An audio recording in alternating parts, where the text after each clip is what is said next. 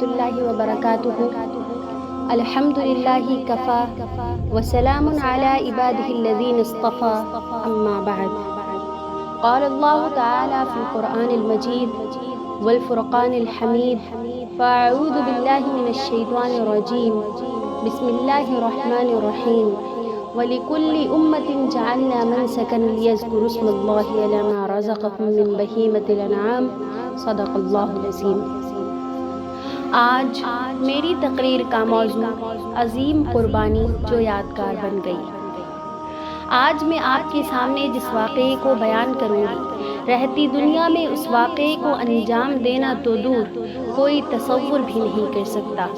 سامعات ملت، حضرت ابراہیم علیہ السلام کا یہ واقعہ انسانی تاریخ کا ایسا پر اثر انگیز واقعہ ہے جس کے تصور سے ہی رونگٹے کھڑے ہو جاتے ہیں۔ ذرا تصور کیجئے کہ 86 سالہ بوڑھا شخص جو آرزو کے باوجود ابھی تک اولاد کی نعمت سے سرفراز نہ تھا اور بارگاہ خداوندی میں سراپا سوال بن کر یہ دعا کرتا تھا، ربی حبلی من الصالحین، ربی حبلی من الصالحین، کہ اے میرے پروردگار مجھے نیک اولاد سے نواز دیجیے۔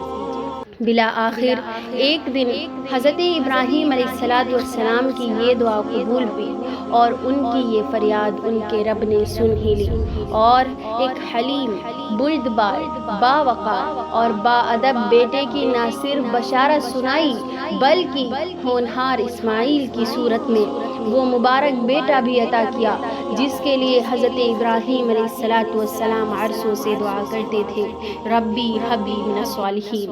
بڑھاپے کی اولاد کی قدر وہی شخص جان سکتا ہے جسے ایسے حالات سے سابقہ پڑتا ہے۔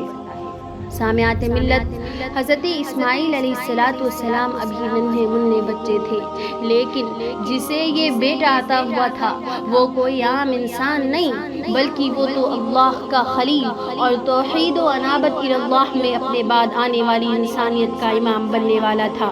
اس لیے رب العالمین کے دستور کے مطابق اطاعت و انقیاد اور بے چوچرا امتثال امر کی کسوٹی پر اسے پرکھنے کا عمل شروع ہوا۔ چنانچہ اولاً اس معصوم جگر کے ٹکڑے کو اس کی والدہ ماجدہ کے ساتھ مکہ معظمہ کی بے آب و گیا وادی میں چھوڑ کر آنے کا حکم صادر ہوا۔ ذرا پوچھئے اس باپ سے جسے عرصوں بعد ایک بیٹا نصیب ہوا اور اس بیٹے کو ایسی وادی میں چھوڑ کر آنے کا حکم صادر ہوا ہے جہاں نہ دانا ہے نہ پانی، لیکن حضرت ابراہیم علیہ السلام جو کہ اللہ کے خلیل تھے پوری خندہ پیشانی سے اسے قبول کرتے ہوئے بلا تاخیر بجا لاتے ہیں۔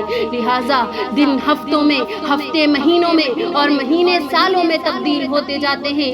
مکہ معظمہ جو کسی زمانے میں ایک چٹیل میدان اور غیر آباد تھا اب آباد ہو چکا تھا، اور وہ نور نظر، لخت جگر، پیارا سا اسماعیل اب بچپنے سے شباب کی عمر میں قدم رکھ چکا تھا، اور یہ امید ہو چلی تھی کہ یہ ہونہار بیٹا اب اپنے بوڑھے باپ کا سہارا بنے گا اور ضعف و کمزوری میں اپنے باپ کی خدمت کرے گا۔ لیکن عین اسی زمانے میں جبکہ نظروں میں روشن مستقبل کے خواب سجائے جا رہے تھے، اس خلیل اللہ حضرت ابراہیم علیہ السلام کو خواب میں یہ حکم ربی پہنچا کہ اب ہمیں تمہارے عزیز جان، نور نظر، لخت جگر کی جان کی قربانی منظور ہے۔ ذرا سوچئے کہ کیسا دلدوز حکم ہے۔ اس حکم کو سنتے ہی دل پاش پاش ہو جاتا ہے کہ آرزوؤں کے بعد حاصل شدہ ایک جوان ہونہار بیٹے کو ایک بوڑھا باپ اپنے ہاتھ سے ذبح کرے گا۔ کیا مادی دنیا میں اسے کوئی سوچ بھی سکتا ہے؟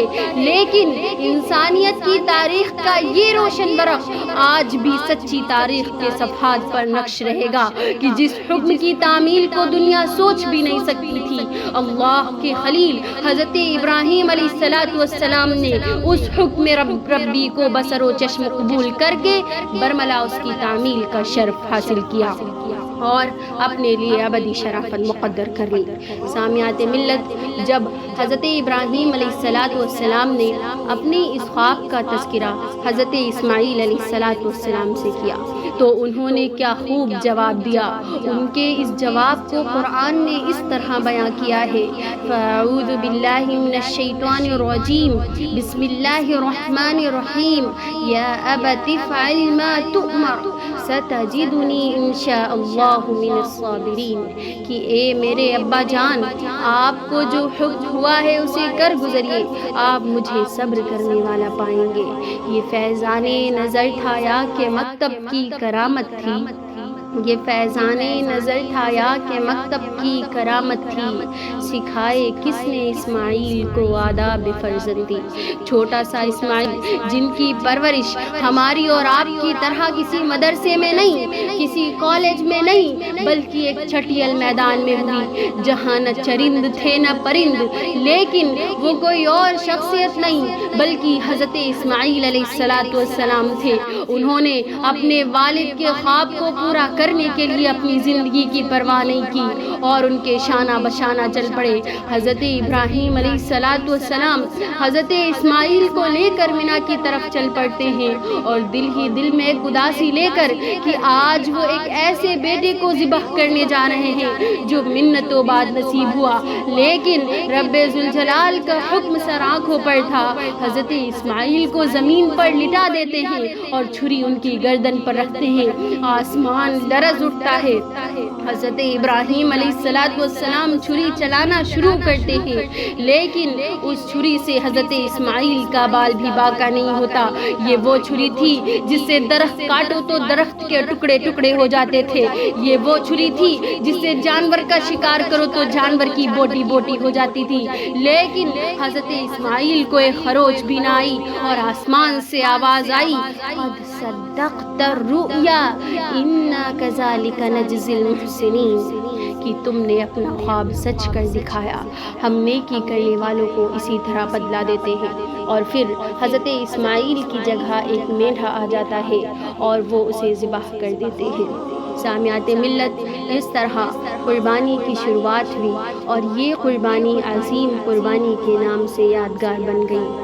اللہ رب العزت ہم سب کو خالص دل سے قربانی کرنے والا بنائے، کیونکہ اللہ رب العزت نے ارشاد فرمایا: فَأَعُوذُ بِاللَّهِ مِنَ الشَّيْطَانِ الرَّجِيمِ بِسْمِ اللَّهِ الرَّحْمَنِ الرَّحِيمِ لَن يَنَالَ اللَّهَ لُحُومُهَا وَلَا دِمَاؤُهَا وَلَكِنْ يَنَالُهُ التَّقْوَىٰ مِنكُمْ، کہ اللہ کو نہ ان کا گوشت پہنچتا ہے نہ ان کا خون، لیکن اس کے پاس تمہارا تقویٰ پہنچتا ہے۔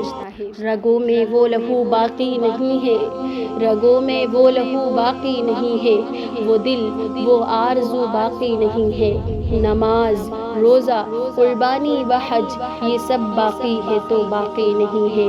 وما توفیق الا باللہ۔ السلام علیکم ورحمۃ اللہ۔